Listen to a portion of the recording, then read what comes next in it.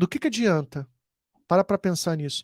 Do que adianta um time estar com métricas de negócio fantástica, tá batendo meta de negócio atrás de meta de negócio? Do que adianta esse time ser super eficiente, ter uma vazão muito alta, ou seja, conseguir entregar muitos itens, muitas demandas por semana, mas a qualidade de vida das pessoas, mas o custo disso é um turnover alto. São pessoas que entram em burnout, são pessoas que ficam doentes, porque aquele clima, aquele time é ruim. Mensagem final: nenhuma métrica é suficientemente mais importante que a outra. Em times de produto, em times saudáveis de produto, refazendo a frase, nós precisamos de um equilíbrio em entregar um bom produto com boa qualidade, em que esse time apresenta uma boa eficiência e onde as pessoas conseguem se realizar, se ver como parte de algo maior. Eu sou Marcelo Neves, especialista em desenvolvimento de Product Owners casca grossa, e o tema de hoje, essas são as métricas que o Product Owner precisa utilizar. Legal? Então vamos falar hoje bastante aí sobre as métricas, tá? Pessoal, esse é um assunto bastante amplo, né? E a gente tem acompanhado cada vez mais o mercado. Ontem a gente falou muito, né, sobre o que está acontecendo com o mercado, o que a gente está vendo aí. A gente está vendo demissões em massa absurdamente. Estava trocando muitas ideias, muitos áudios hoje com alguns amigos. O negócio está realmente preocupante.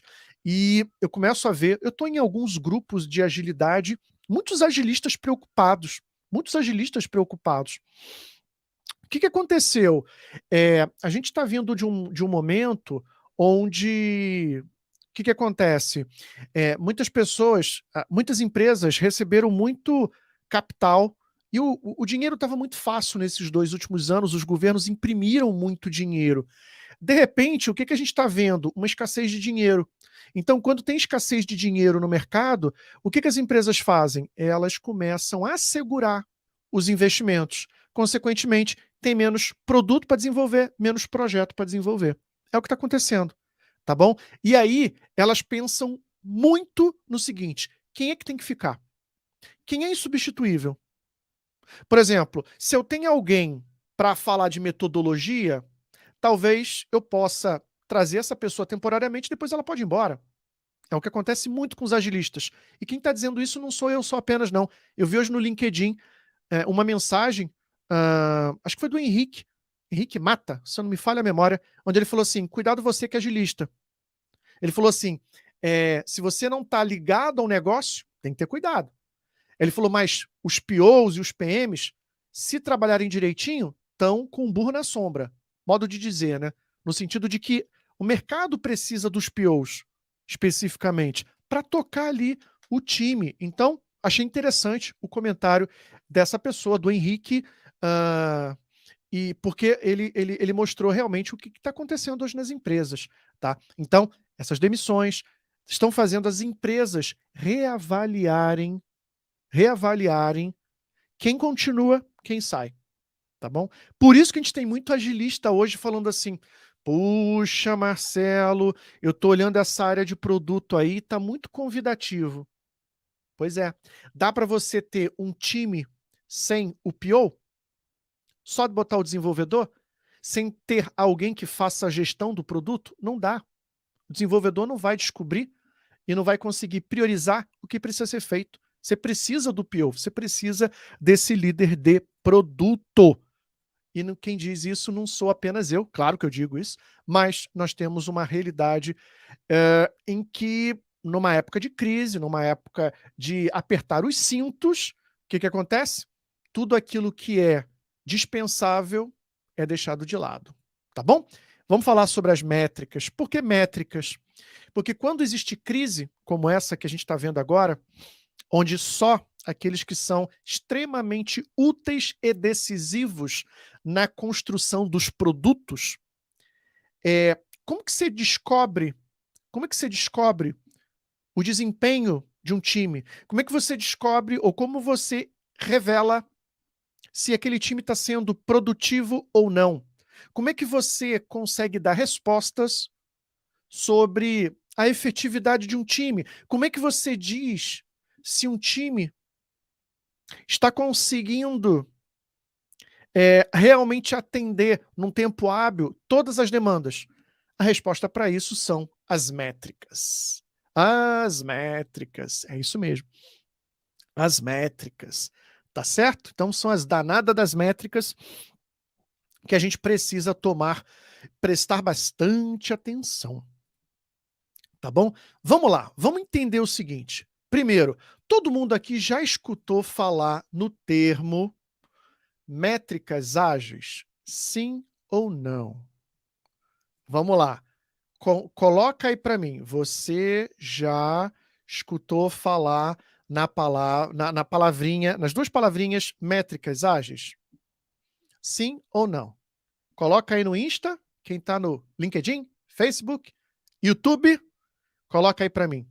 Quem é que já escutou falar em métricas ágeis? Ó, o Ellison ali falou que já. Legal? E aqui? Alguém já escutou? Métricas ágeis? Sim? Não? Já deve ter escutado, né? Eu tenho uma notícia para você. Não existem métricas ágeis. Não existe métricas ágeis. A palavra métricas ágeis é apenas um nome comercial. É apenas um floreio para a gente poder empacotar tudo o que a gente chama de métricas. Tá bom? Então não se espante agora. Não existe métrica ágil. Qual é a métrica ágil? A gente vai ver quais são os 4 tipos de métricas que a gente tem. Legal? A gente vai ver quais são os 4 tipos de métricas que a gente tem e como que a gente tem que prestar atenção nelas. Tá bom? Então, não existem métricas ágeis. Isso não existe. Legal? É, é interessante, porque quando a gente fala de métrica, que é né, a gente está falando de métricas ágeis, a gente pode traduzir isso como um conjunto de métricas que a gente utiliza para identificar o desempenho, para medir a eficácia, a eficiência, a qualidade e a cultura organizacional na qual aquele time está inserido. Para isso, a gente utiliza métricas.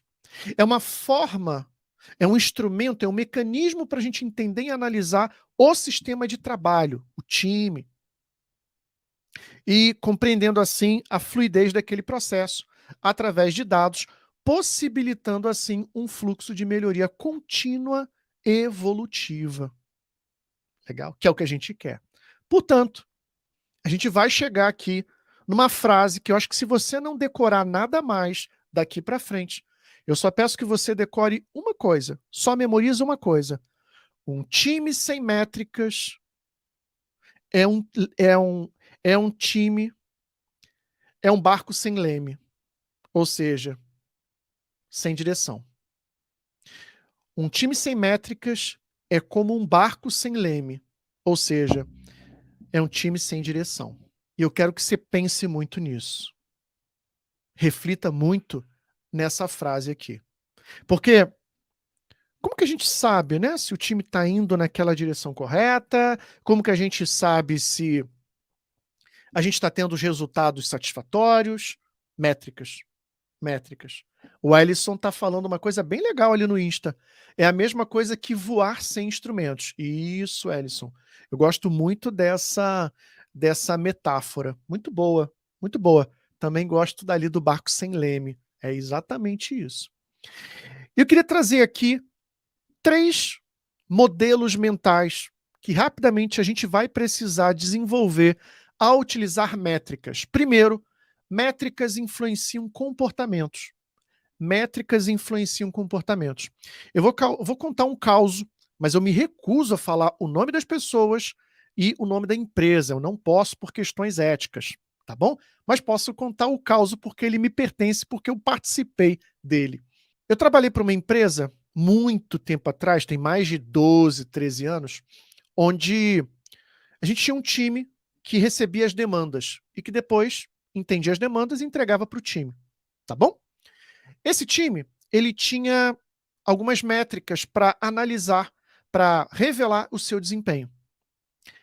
E uma das métricas, uma das infelizes métricas, era a quantidade de modificações no documento de especificação. Guarda isso. Era um time que recebia a demanda e criava uma especificação. O que é uma especificação? Um documento que detalha o que o time de desenvolvimento precisa fazer. Só isso, tá bom? Qual era a missão deles? Entender o que o cliente diz e traduzir isso para o time de desenvolvimento. Tá bom? Legal? Deu para entender isso? Por cargas d'água, entendeu-se que aquela pessoa, o analista, tinha que entender completamente o que precisava ser feito naquele momento. E que, se ele tirasse dúvidas com as partes interessadas do negócio e tivesse que alterar alguma coisa, isso seria muito ruim. Então, decidiu-se adotar uma métrica de desempenho, que é a quantidade de modificações no documento de especificação. Quanto menos modificações, melhor. Pelo menos para aquela empresa, para aquele time. E mais. Quer mais? Quer a cereja do bolo? Tá preparada para isso? Tá preparado para isso? Essa métrica estava amarrada ao bônus de cada um daqueles analistas. Isso significava que quanto mais modificações alguém pedia, menos as pessoas, aqueles analistas, ganhariam de bônus no final do ano. Ou seja, selou o caixão. Criou-se um verdadeiro inferno. Porque para pensar. A partir do momento em que você tem uma métrica, essa métrica vai influenciar o comportamento das pessoas. O que aconteceu?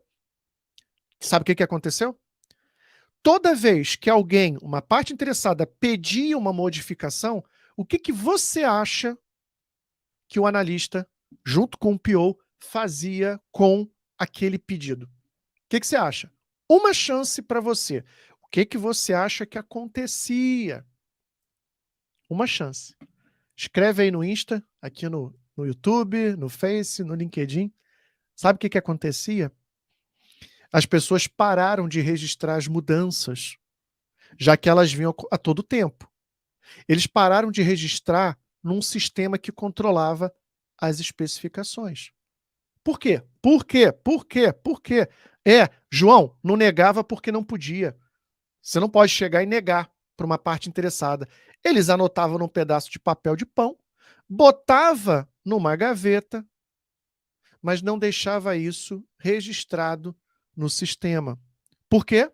Para não afetar a métrica. Então, meus amigos e minhas amigas, métricas afetam comportamentos. Tem um livro do que se chama How to Measure Anything. Como medir qualquer coisa. Magnífico livro. Se você puder ler um livro, ele é meio denso, tá? É um livro denso. Como medir qualquer coisa. O autor desse livro, deixa eu ver se eu tenho aqui anotado, eu acho que eu vou achar o nome dele. É Douglas, cadê? Deixa eu achar, achei. Douglas Hubbard. Como mensurar ou medir qualquer coisa. Esse livro é fantástico. E ele fala exatamente isso. Métricas afetam comportamentos. Esse é o primeiro modelo mental. Segundo modelo mental, dados são apenas dados.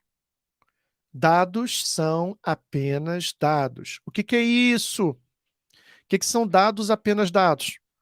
Dados sem informações de contexto são perigosos. Dados sem informação de contexto são perigosos. Deixa eu ver se eu consigo mostrar para vocês. Eu acho que eu vou conseguir mostrar um gráfico bem interessante. Eu estou aqui pegando para você entender aqui uma coisa fundamental. Deixa eu ver se eu vou conseguir mostrar. Caso eu não consiga, eu vou deixar só vocês no gostinho, né? Tem um site em que você consegue ver a correlação entre medidas, né? Estatísticas. E esse site, ele é muito interessante. Eu estou tentando achar aqui, tá? Eu deveria ter separado antes, mas eu não consegui separar. Infelizmente, eu não vou ter ele aqui. Achei, claro que eu achei. Tá aqui bonitão, ó. Tá aqui bonitão. Eu vou compartilhar aqui, tá? Deixa eu compartilhar aqui com você. Isso aqui é muito interessante. Olha só que legal isso aqui. Deixa eu mostrar para você esse gráfico aqui. Olha o perigo que a gente tem quando a gente só tem os dados. Olha isso aqui. Apresentar. Deixa eu compartilhar aqui. Espera aí. Apresentar, compartilhar a tela, janela. Deixa eu ver aqui, tela cheia. Pronto, vou botar aqui em tela cheia, tá? Olha isso aqui. Deixa eu ver só uma coisa. Eu vou botar aqui em tela cheia para ficar melhor para vocês verem. Tá todo mundo vendo aqui a minha tela? Infelizmente, quem está no Insta, eu recomendo ir lá para o YouTube, que eu vou fazer uso de alguns recursos visuais, como agora, tá? E aí você vai perder um pouquinho. Mas se você quiser me escutar, fica aí, tá de boa. Olha esse gráfico aqui. A linha vermelha é os gastos dos Estados Unidos com ciência, espaço e tecnologia. A linha preta são os suicídios por estrangulamento, sufocamento e hanging é enforcamento, né? O que você está vendo ali? Histórico de 1999 até 2009. Você está vendo que os, quem olha esses dados, o que identifica? O que consegue identificar? Que à medida em que os Estados Unidos gastam mais com ciência, espaço e tecnologia, a quantidade de suicídios por enforcamento, estrangulação e sufocamento aumenta. Só que aí é a segunda, lembra? A segunda forma de pensar para trabalhar com dados. Dados são apenas dados. Será que a gente pode concluir isso daqui? Não. A gente não pode concluir isso daqui. E dentro desse dados são apenas dados, a gente tem que tomar cuidado. Correlação não gera causalidade. Correlação não gera causalidade. O que a gente tem aqui é uma correlação e não causalidade. Ou seja, nós não podemos afirmar com esses dados aqui de que os suicídios aumentam em função do aumento de gastos com ciência, espaço e tecnologia. E aí, curtiu esse gráfico aqui? O que você acha? Curtiu? Legal? O que vocês acharam? Bacana? Deu para ver direitinho ali? Deu para ver direitinho? Ali o gráfico? Deu? Sim ou não? Sim ou não? Deu para ver bonitinho? Deu, né? Então, a gente tem que ter muito cuidado quando a gente vai usar métricas, os dados. Os dados têm que ter informação de contexto, sempre. Sempre. Tá bom? E, por fim, tá bom? Por fim, a gente vai chegar no nosso terceiro modelo mental para trabalhar com métricas. Tão importante o que deve ser medido é a decisão do que não medir. Eu vou repetir. Tão importante quanto o que deve ser medido é a decisão do que não medir. Lembra do caso que eu trouxe aqui para você?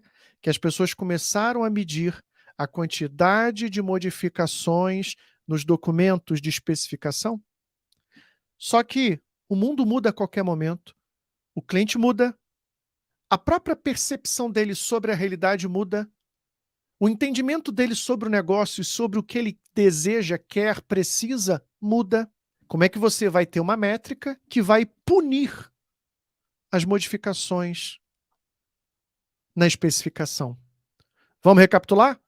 Primeiro modelo mental. Métricas influenciam comportamentos. 2. Dados são apenas dados. Dados sem informação de contexto são perigosos. E 3. Tão importante quanto o que deve ser medido é a decisão do que não medir. Legal? Boa. Essa é uma introdução agora que a gente tem que entender quando a gente vai trabalhar com métricas, porque métricas se valem através dos dados. Quais são os 4 tipos de métricas que você, Product Owner, vai trabalhar no dia a dia? métricas de negócio, métricas de processo, métricas técnicas e métricas humanas. Se você acha que você só vai trabalhar com métrica de negócio ou métrica de produto, lê do engano. Você vai trabalhar com essas 4 métricas, tá bom? Vamos lá, vamos entender cada uma delas brevemente. Mas primeiro, por que a gente mede? Por que a gente mede? Por que a gente faz isso? Por que a gente faz uso de mensuração, pessoal? Primeiro, para a gente poder antecipar eventos. Os números, os dados, conseguem nos mostrar se a gente vai conseguir ter, se a gente vai ter sucesso, lograr sucesso ou não. Por exemplo, isso acontece muito quando você tem um time e você, por exemplo, começa a medir a quantidade de itens que aquele time consegue entregar por semana. Vazão. Vamos falar sobre a vazão já já. Se eu sei que o meu time hoje, não, há 4 semanas atrás, tinha uma vazão de 10 itens. Na outra semana caiu para 8, na outra semana caiu para 6 e essa semana caiu para 4, nós temos algum problema. Os dados mostram isso. Então, os dados levantam para a gente bandeirinha de alerta.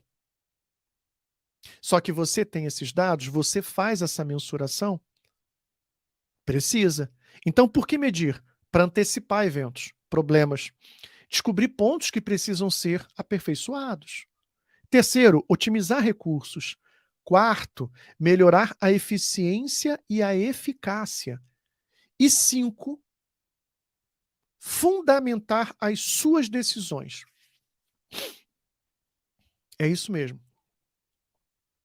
Você vai tomar uma decisão. Você vai, por exemplo, dizer que o melhor caminho para levar o produto ao sucesso é desenvolver essa e aquela funcionalidade. Com base em que você tomou essa decisão? Então, nós medimos para antecipar os eventos, descobrir pontos de melhoria, otimizar recursos, melhorar a eficácia e eficiência e fundamentar as nossas decisões. É por isso que a gente mede. Esse é o objetivo do que a gente mede. Muito bom, vamos falar sobre métricas de processo. Em primeiro lugar, o que são métricas de processo? O que é isso? São métricas que a gente chama também de métricas de eficiência. Elas mensuram se o time está sendo eficiente no seu trabalho. E olha que interessante. Por que um PO deveria se preocupar com métricas de eficiência? Pensa no seguinte, numa dessas lives, acho que foi a quinta ou sexta, eu disse que um dos desafios, foi a sétima, um dos desafios do PO é dar previsibilidade da data de conclusão de um determinado módulo, épico, conjunto de funcionalidades. Como é que você consegue dar essa previsibilidade sem saber a vazão de um time? Ou seja, a quantidade de itens que aquele time entrega, por exemplo, por semana. Então, métricas de eficiência ou de processo ajuda a gente a mensurar a eficiência do time. Então a gente tem várias ali: lead time, reaction time, WIP e vazão. Lead time, desde que o time se compromete até ele poder entregar. A métrica do lead time ajuda a gente a entender quanto tempo, em média, aquele time leva para entregar os itens. E o reaction time? Já escutou falar em reaction time? Uma coisa é você botar o item no backlog, que é essa lista de itens que possivelmente vão ser desenvolvidos. Outra coisa é você começar a desenvolver. O reaction time é a diferença entre o tempo que você coloca no backlog e o tempo em que ele começa a ser desenvolvido. Por quê? Porque se você percebe que leva muito tempo entre o backlog e começar a fazer, significa que, será que o cliente ele está disposto a esperar esse tempo para iniciar o trabalho? Então, tem que medir o reaction time. WIP, trabalho em progresso. Quanto mais trabalho em progresso a gente tiver, menor será o lead time. Sabia disso? Quer aumentar? Quer diminuir o teu tempo de entrega? Quer melhorar o teu lead time? Que é o tempo entre o cliente pedir alguma coisa e a gente entregar? Quer melhorar? Diminui o IP, quantidade de itens em progresso. E aí a vazão, como a gente acabou de falar, né? A quantidade de itens que a gente consegue entregar. E as métricas de negócio, né? Por que elas são importantes? Pensa no seguinte, pessoal. O produto que você vai liderar como PO casca grossa, ele está inserido em um negócio. Então, você vai precisar ter métricas que estão associadas ao desempenho das ações e das estratégias do negócio. Métrica de negócio é também chamada de métrica de eficácia. E eficácia é o quê?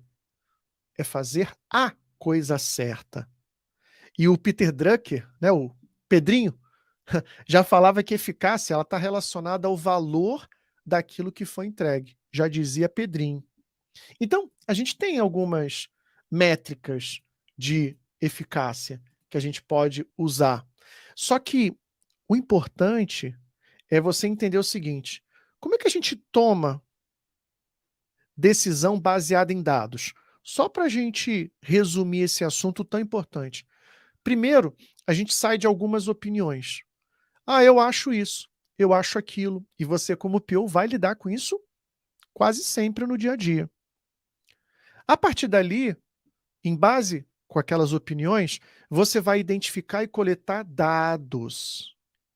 Cuidado, você vai coletar dados. E lembra, você não vai olhar os dados sozinhos e vai tomar já conclusões ou ações. Não. Você vai escutar as opiniões das pessoas. Eu acho isso, eu acho aquilo. Você vai identificar e coletar dados. Você vai pegar esses dados e vai transformar em métricas. E com base nessas métricas, você vai criar hipóteses e ideias. Com base na validação dessas hipóteses, aí você toma certas ações.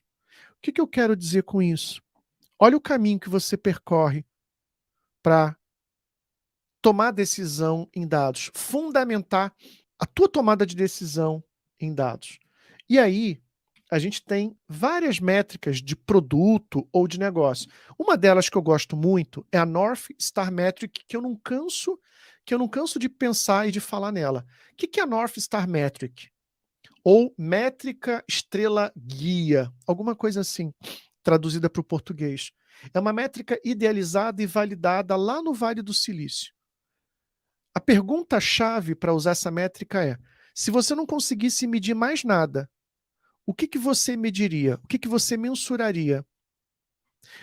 Qual é a métrica mais importante que revela o sucesso do seu produto? Vamos pegar um exemplo de dois produtos, Facebook e Netflix. Netflix, qual é a North Star Metric do, do, do, do, do, do Netflix? Quantidade de tempo que as pessoas passam dentro da plataforma? Não. Quantidade de tempo que as pessoas passam consumindo o conteúdo, ou seja, assistindo série, assistindo Netflix. Porque isso revela o quê? Que aquilo que está sendo entregue tá ok, é bom. Por que a gente não mede o tempo que o cara passa dentro do Netflix? Porque ele pode estar dentro da Netflix, mas procurando filme. E aí isso não é legal. A gente quer descontar esse tempo. Agora, quando ele está consumindo, significa que a gente está entregando uma série que atende ao nosso público, filmes que atendem os gostos, as preferências do nosso público, percebe? Agora vamos pensar no Facebook. Qual seria a North Star Metric? Qual é a métrica mais importante, fundamental para o Facebook? Pensa um pouquinho. O que você acha? Facebook é feito de quê? Engajamento. Então, quanto mais interações de engajamento, melhor. O que a gente mede no Facebook? O tempo que o cara está ali? Não, mas a quantidade de engajamento, de interações, like, comentários, compartilhamentos, que é diferente completamente do Netflix, não é? Então, o que que eu quero mostrar? O que que é North Star Metric? É aquela métrica fundamental.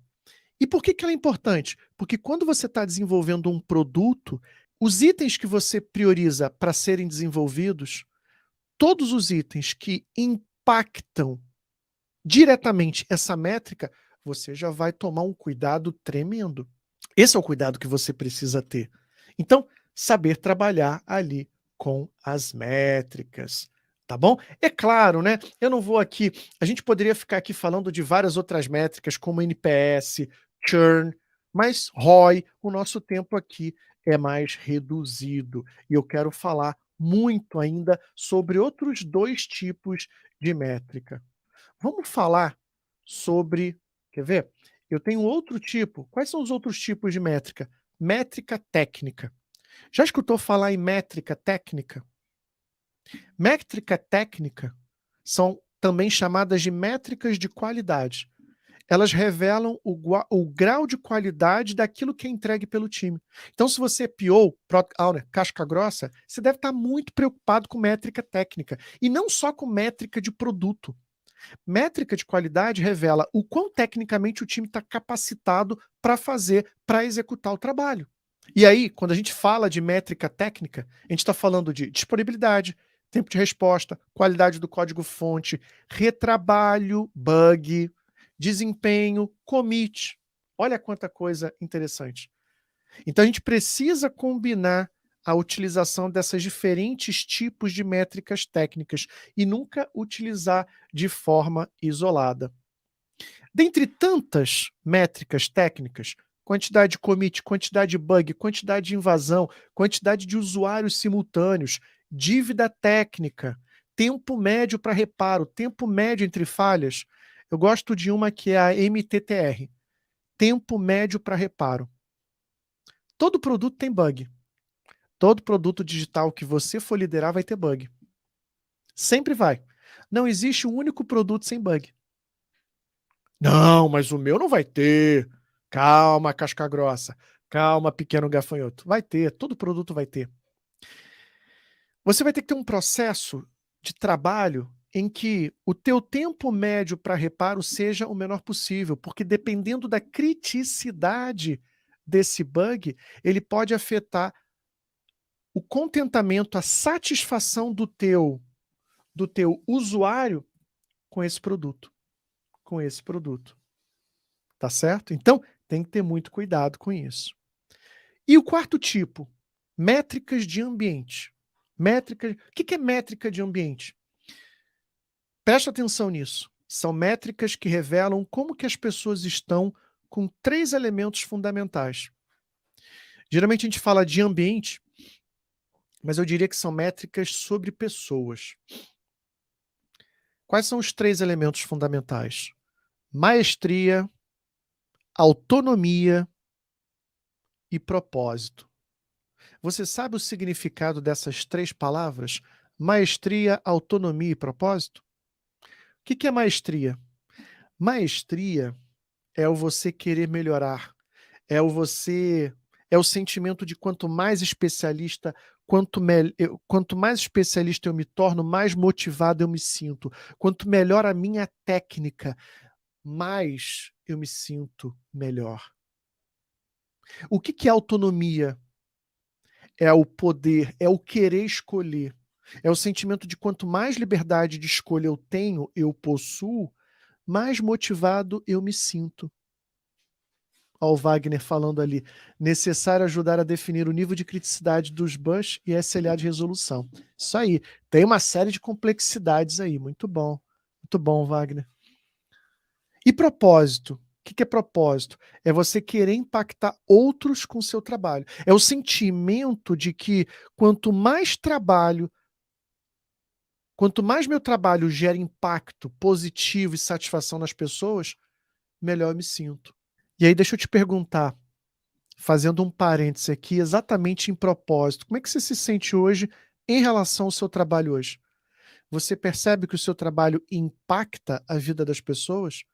Eu posso te garantir que trabalhando com produtos, eu sinto e sentirei esse sentimento de propósito, esse senso de propósito, de que o meu trabalho ajuda outras pessoas.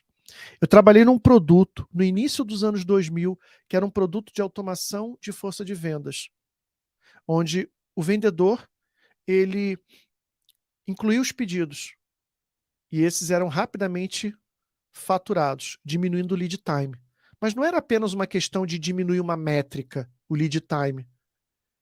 Era uma questão de qualidade de vida daqueles vendedores que precisavam se deslocar até a empresa para poder simplesmente entregar uma folha, ou então ficar horas e horas no telefone cantando o cliente, o código do item, a quantidade. Eu tenho certeza que aquele produto, naquele momento, melhorou e muito a qualidade de vida daquelas pessoas. Isso é propósito. Isso é propósito.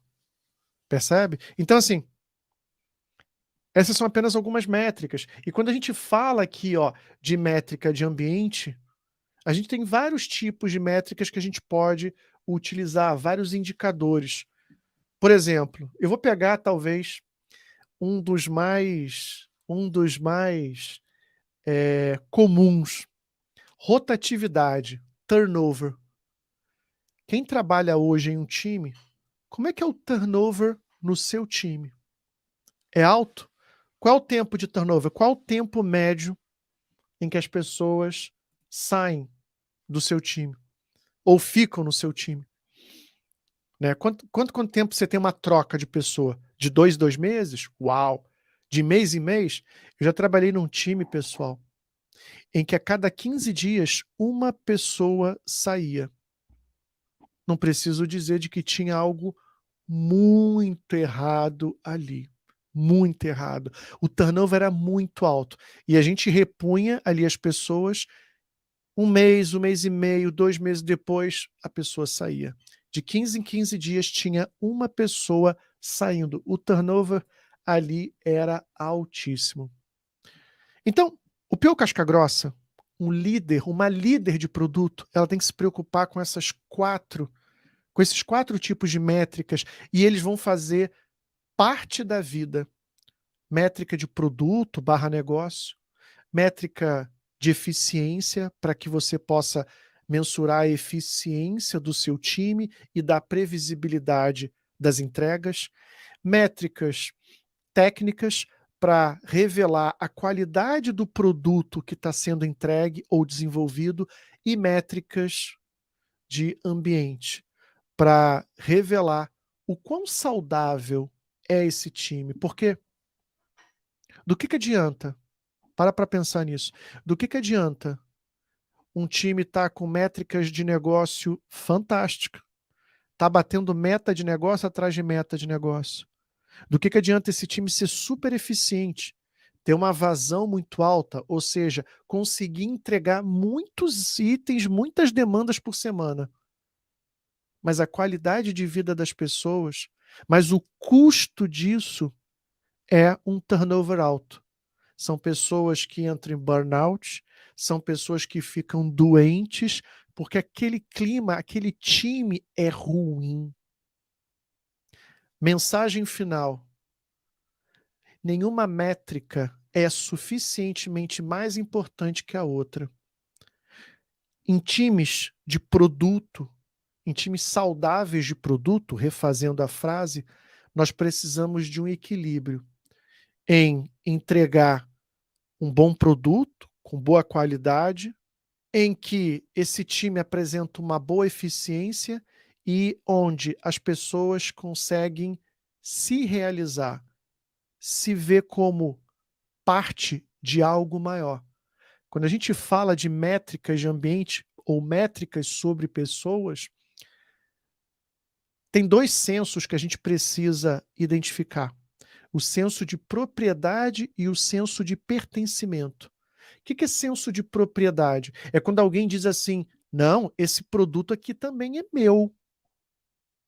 É diferente quando você tem alguém no time que fala assim: cara, não me traz mais trabalho não, que eu tô aqui só para testar. Eu só testo. Não, não, não, não, me traz mais nada não, que eu estou aqui só para desenvolver esse relatório. A pessoa não tem esse senso de propriedade, ela não se sente dona também.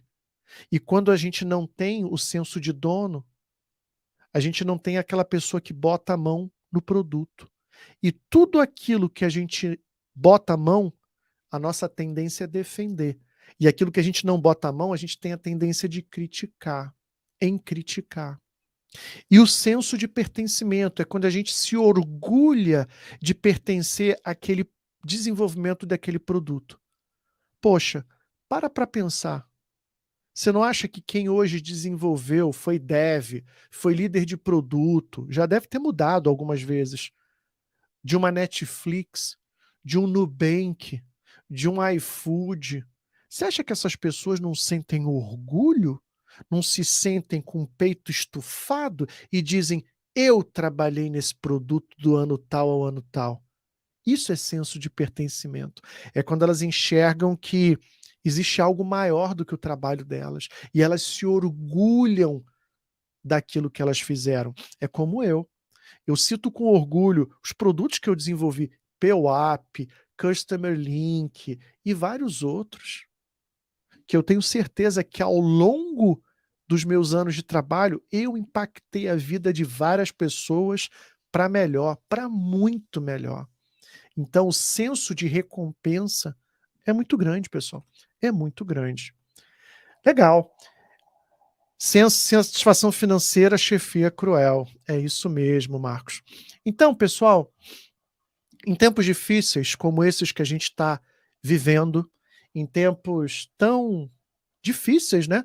Onde a gente está passando por várias demissões em massa, como a gente começou a falar bem no início dessa live, nada melhor. Boa noite, Dirceu, boa noite. Nada melhor do que a gente estar num caminho que a gente sabe que traz realização. O que eu mais escuto das pessoas é assim: Marcelo, eu acredito e assino embaixo naquilo que você está dizendo sobre trabalhar com produto.